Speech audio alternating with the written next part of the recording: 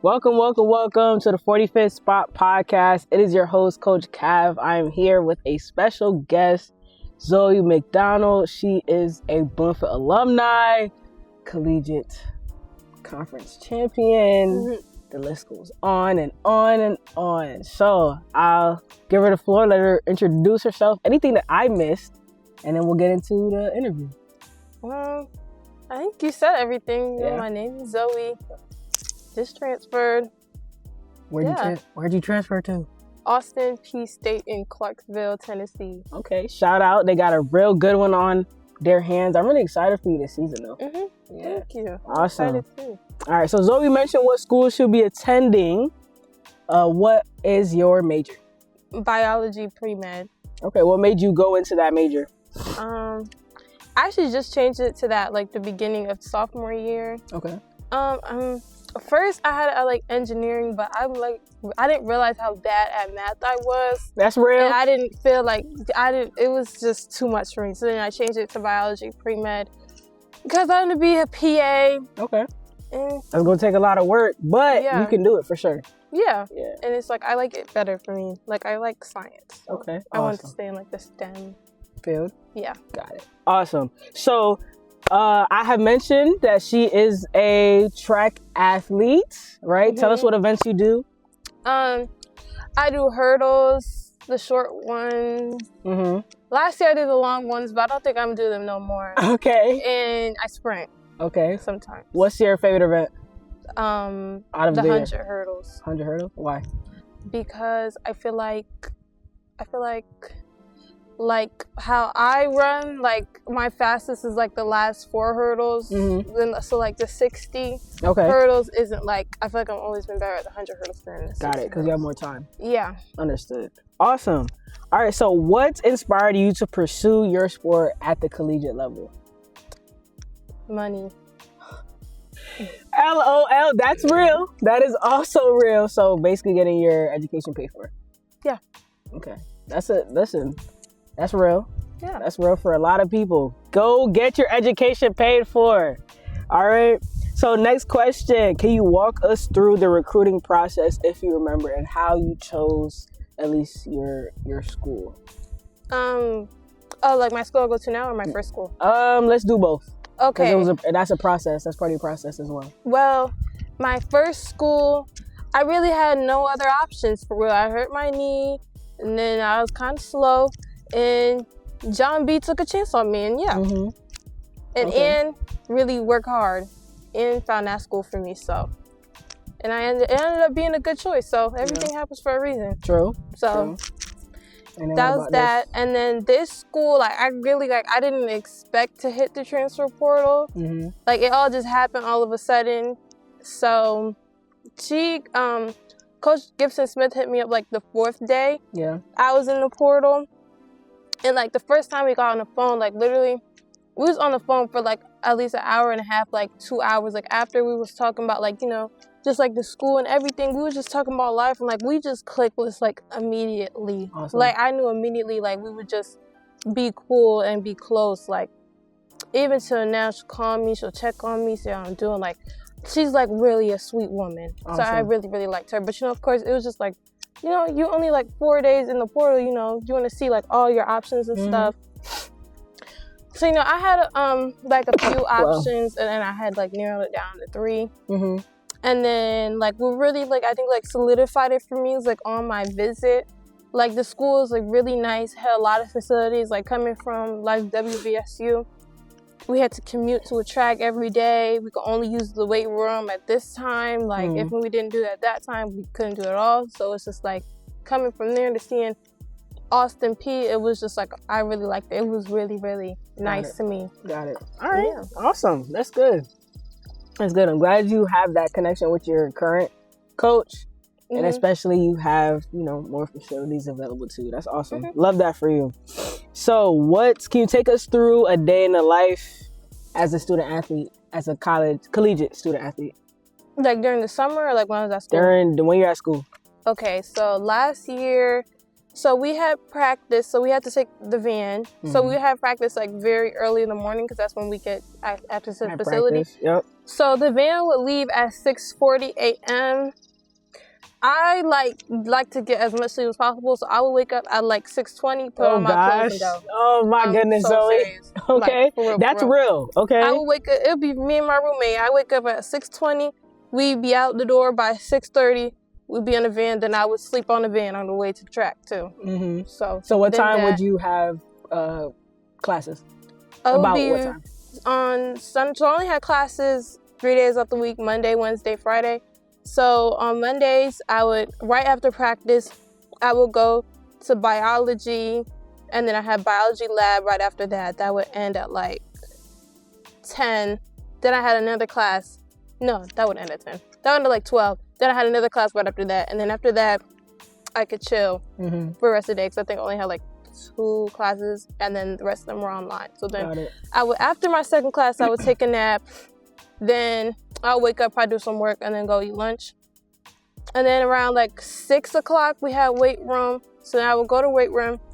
After that, probably get something to eat, and then, just chill for the rest of the night. Awesome. I appreciate you sharing that schedule. That's also important too, because some schedules you'll have weight room right after practice, but in your case, you'll have weight room later on in the day. Yeah. How many times did you lift out of the week? Fall training. Yeah. I think we lift 4 times, and then in season we lift 3 times a week. Okay. All right. Awesome. So, how do you balance academics, athletics, and your personal life during school? How does that? Are you more like track, or like your mindset is solely on track, or are you more of like it's pretty chill? Well, I've always been good Answer carefully. Oh. Go ahead, Zoe. I think I've always been good at school, so school was never too hard, like, for me to balance. Okay. And then I had, like, last year, I had, like, a lot of, like, online classes. It was kind of easier. And, like, college compared to high school, like, it's way easier because you, like, in my opinion, because you can do your work, like, when you want to. Like, you have a whole, like, week or a week and a half to finish one assignment. So, for me, I would just do all my work on Monday and Tuesday, and then the rest of the week I would be chilling. So, yeah, and then the track part, I've been doing track since I was 5, so it's kind of just, like, I'm just used to it by now. So, it's, like, yeah, and then my personal life is just all my friends, like all my close friends on the track team. So it's just like we just living this life together. Okay. So yeah, that's like real. My roommates and stuff. Like we was together all the time. Okay. So they're my personal life.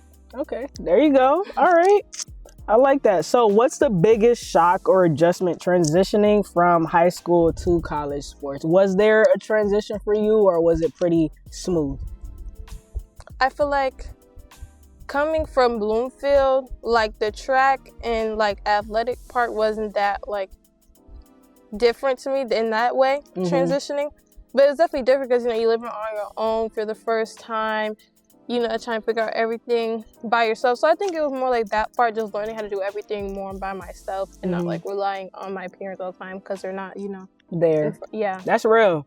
I appreciate you sharing that because I feel like a lot of athletes and a lot of college students that's gonna be a big adjustment for them. Yeah, for sure. All right, so how do you deal with pressure, expectations, and comparison, especially because you've had a great season being a conference champ? Like, how do you balance all 3 of those things? So how do you deal with pressure, expectations, and comparison, if any of those factor in? I don't feel like I necessarily have pressure on me, per se. Like, I would say, like, of course, like, I, obviously, like, when you transition to a new school, sometimes, like, your body takes time to, like, adjust. Yeah. To, like, new training. So sometimes I think about that. But I know, like, I put work in for, like, myself, especially, like, over the summer and stuff like that. And I just trust that I'm just going to be faster, like, regardless. So I don't think I necessarily put, like, expectations on myself. Yeah. Maybe, like, I put more expectations on myself, like, in the season. Like, if I want to run a certain time, then I'll, like, put that expectation on myself. But got it. Going into a new school, I don't think I have any, like, expectations or, like, pressure. Okay. Okay, that's good. So you trust the process, 100%. Yeah. I love that. I love that. because I was told that when I was going to college, and I was just like, what does that mean? Yeah. I'm like, trust the process. Like, I don't have time to trust the process. Right. You gotta jump far, run fast, throw far. Like, Right. but I really, that's key. That's very key in being a collegiate athlete, is trusting the process.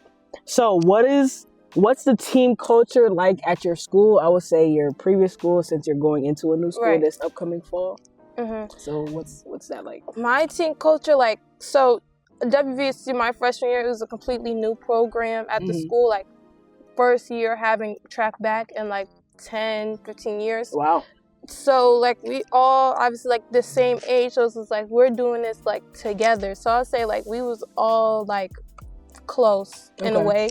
Okay. Like, everybody was basically like cool. Everybody, it's like we was like a family type, because it's just like we all came in this together. Got it. Okay. And it was just like, you know, people like, there's like people who like gone throughout the way. So it's just like towards the end, it's just like, oh, like we all stick it out. Like, we all still here. That's why we was all transferring. It was super sad, because it was just like, dang, like we really been in this together for 2 years. Now we all got to go our separate ways. Yeah. So, yeah. Got it. Understood.